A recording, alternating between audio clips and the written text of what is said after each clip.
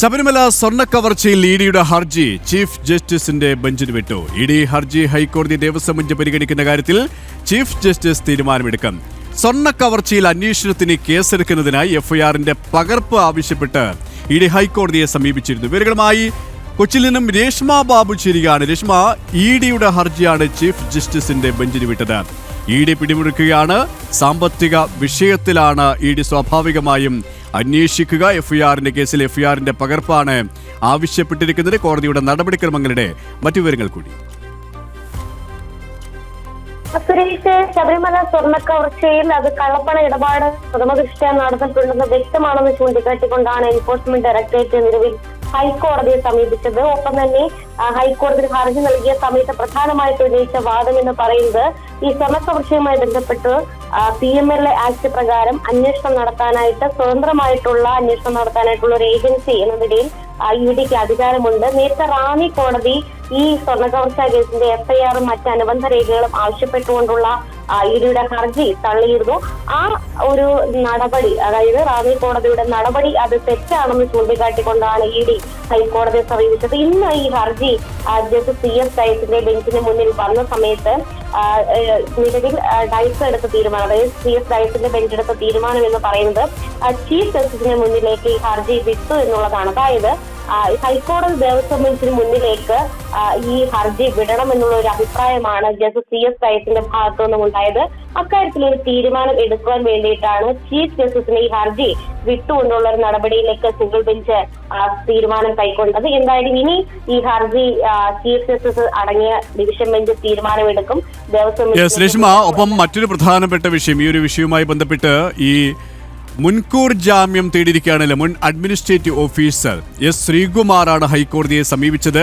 മേലുദ്യോഗസ്ഥനായ executive ഓഫീസറുടെ നിർദ്ദേശപ്രകാരമാണ് മഹസറിൽ ഒപ്പിട്ടതെന്നാണ് ശ്രീകുമാർ പറഞ്ഞിരിക്കുന്നത്.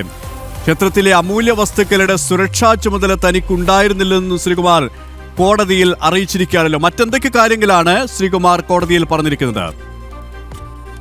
സുരേഷ്, ശബരിമല സ്വർണ്ണക്കവർച്ച കേസിൽ SITയുടെ അന്വേഷണം മുന്നോട്ട് പോകുന്നതിനിടയിൽ തന്നെയാണ് ഈ കേസിൽ പ്രതി ചേർക്കപ്പെട്ടവർ ഹൈക്കോടതിയെ സമീപിച്ചുകൊണ്ട് മുൻകൂർ ജാമ്യം തേടിയിരിക്കുന്നത്. നേരത്തെ തിരുവനന്തപുരം സെഷൻസ് കോടതി ശ്രീകുമാറിന്റെ മുൻകൂർ ജാമ്യാപേക്ഷ തള്ളിയിരുന്നു. അതുകൊണ്ടാണ് ഇപ്പോൾ ഹൈക്കോടതിയെ സമീപിച്ചുകൊണ്ടുള്ള നീക്കത്തിലേക്ക് ശ്രീകുമാർ കടന്നിരിക്കുന്നത്. ഈ കേസിലെ 6ാം പ്രതിയാണ് ശ്രീകുമാർ.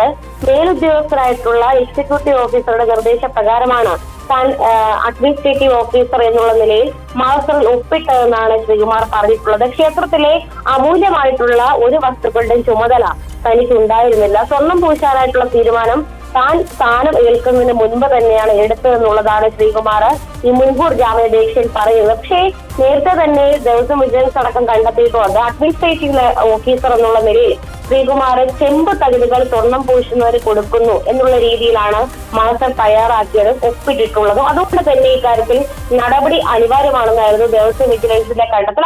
ഇതിന് ആനുപാതികമായിട്ട് തന്നെയാണ് പ്രത്യേക സംഘം ഈ കവർച്ചാ കേസിൽ അന്വേഷണം മുന്നോട്ട് കൊണ്ടുപോകുന്നത്. N വാസുവിനെ അടക്കം ചോദ്യം ചെയ്തതിനു ശേഷം അറസ്റ്റ് ചെയ്തതും ആ ഒരു നടപടിയുടെയൊക്കെ തന്നെ അടിസ്ഥാനത്തിലായിരുന്നു. അതുകൊണ്ട് തന്നെയാണ് അറസ്റ്റ് ചെയ്യപ്പെടുമെന്നുള്ള ഒരു ഭയത്തിന്റെ അടിസ്ഥാനത്തിൽ ശ്രീകുമാർ ഇപ്പോൾ ഹൈക്കോടതിയെ സമീപിച്ചിരിക്കുന്നത്. സെഷൻസ് കോടതി മുൻകൂർ ജാമ്യാപേക്ഷ തള്ളിയ ഒരു സാഹചര്യത്തിൽ തന്നെയാണ് മേൽക്കോടതിയെ സമീപിച്ചുകൊണ്ട് മുൻകൂർ ജാമ്യം വേണമെന്നുള്ള ഒരു ആവശ്യം മുന്നോട്ട് വെച്ചിരിക്കുന്നത്. എന്തായാലും ഈ ശബരിമലയിലെ സ്വർണ്ണക്കവർച്ചയുമായി ബന്ധപ്പെട്ട് SITയുടെ അന്വേഷണവും ചോദ്യം ചെയ്യലും അറസ്റ്റും മുന്നോട്ട് പോകുന്നതിനിടയിൽ തന്നെയാണ് കേസിലെ 6ാം പ്രതിയായിട്ടുള്ള മുൻ അഡ്മിനിസ്ട്രേറ്റീവ് ഓഫീസറായിട്ടുള്ള ശ്രീകുമാർ ഹൈക്കോടതിയെ മുൻകൂർ ജാമ്യം ആവശ്യപ്പെട്ടുകൊണ്ട് സമീപിച്ചിരിക്കുന്നത്.